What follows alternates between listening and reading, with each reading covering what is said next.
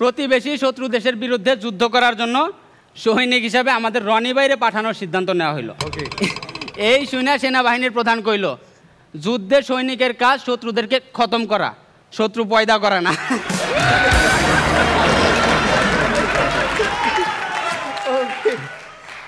আমাদের মেন্টর শাহনদা আর তারেক ভাইয়ের মধ্যে কথা চলতেছে।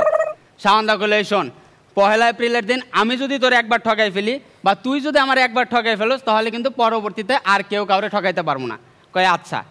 এই কথা বলার পর 1 এপ্রিলের দিন তারেক ভাই এইটা কইরা ওইটারে রোদে শুকায়া লাল বানায়া শাহনদারে দেয়া কইলো, দাদা নেন, গোসল করার আগে মাখবেন খাঁটি সরিষার তেল। শাহনদা তো খুশিতে গায়ে মাখতেছে, হঠাৎ বুঝা ফেলাইছে। কয়, এই তারেক ভাই, এটা কোন দোকানের তেল? কয়, দাদা আমার দোকানের তেল। যথারীতি পরের বছর 1 এপ্রিলের দিন শাহনদা একটা বাটিতে 2 নাম্বার কইরা ওইটারে রোদে শুকায়া হালকা পানি মিশায়া তারেক বাইরে দেয়া করলো, তারেক নে খাঁটি খোল, চুলে দিবি, চুল সিল্কি হইব। এইটা দেখে তো একেবারে খুশিতে তেল মাখা শুরু করছে। হঠাৎ তারেক ভাই বুঝা ফেলছে। কই দাদা, এটা কোন দোকানের খোল? কই, ওই তোর যেই দোকানের তেল তার পিছনের দোকানের খোল।